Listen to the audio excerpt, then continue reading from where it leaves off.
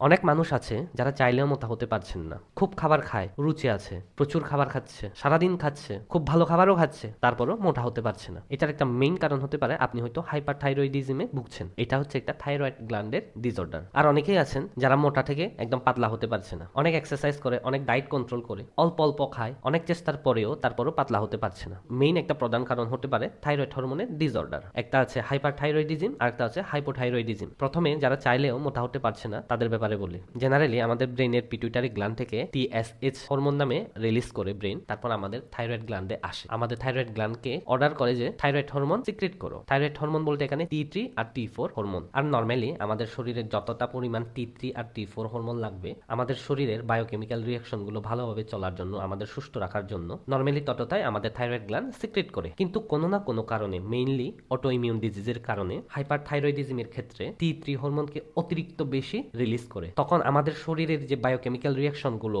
যে একটা স্পিডে চলছে সেই স্পিডটা অতিরিক্ত বেশি বেড়ে যায়। অতিরিক্ত বেশি স্পিড হওয়ার জন্য, যেটাকে ফাস্ট মেটাবলিজম বলা হয়, ফাস্ট বায়োকেমিক্যাল রিঅ্যাকশনের কারণে ফাস্ট এনার্জি প্রডিউস হচ্ছে। নর্মাল ক্ষেত্রে সেই এনার্জিগুলোকে আমাদের শরীর কিন্তু এক্সট্রা ফ্যাট হিসেবে আমাদের বেলি ফ্যাটে জমিয়ে রাখে। কিন্তু এই ক্ষেত্রে কি হচ্ছে, সেই এক্সট্রা এনার্জিকে শরীর স্টোরে করতে পারছে না। এতটা ফাস্ট এনার্জি প্রোডাকশন হচ্ছে যে সেই এনার্জিটা জাস্ট হিট হিসেবে উড়ে যাচ্ছে, বার্ন হয়ে যাচ্ছে, নষ্ট হয়ে যাচ্ছে। আমাদের শরীরটা ওই এনার্জিকে নিয়ে ব্যবহার করার সুযোগই পাচ্ছে না। তখন আমাদের শরীর এক্সট্রা ফ্যাট যে যে জায়গায় আছে সেগুলো থেকে খাবার টানতে শুরু করে। আর ফ্যাটগুলো যখন ফুরিয়ে যায় তখন আমাদের মাংস পেশিকে ফুয়েল হিসেবে ইউজ করে। আর আমাদের স্বাস্থ্য তখন ভেঙে পড়ে। তখন যতই ভালো খাবার খাচ্ছি না কেন, একটু ইমপ্রুভ হয় হালকা স্বাস্থ্য, কিন্তু আবার সেই ফাস্ট মেটাবলিজমের কারণে আবার ভেঙে পড়ে। চাইলেও আর মোটা হতে পারি না আমরা। এরকম কেন হয়? মেইনলি অটো ইমিউন ডিজিজের কারণে হয়। অটো ইমিউন ডিজিজ বলতে নিজের শরীর নিজেকে আত্মঘাতী করে মারে। এটা জেনেটিক্যাল কারণে হতে পারে, লাইফস্টাইল বা চলাচল চলার কারণে হতে পারে, বিভিন্ন কারণে হতে পারে। আর এই T3 হরমোনটা বেশি করে রিলিজ হচ্ছে, এই জিনিসটা ব্রেন যখন বুঝতে পারে তখন ব্রেন পিটুইটারি হরমোনকে বলে TSH হরমোনকে কম রিলিজ করো, কম সিক্রেট করো, যাতে T3 সেল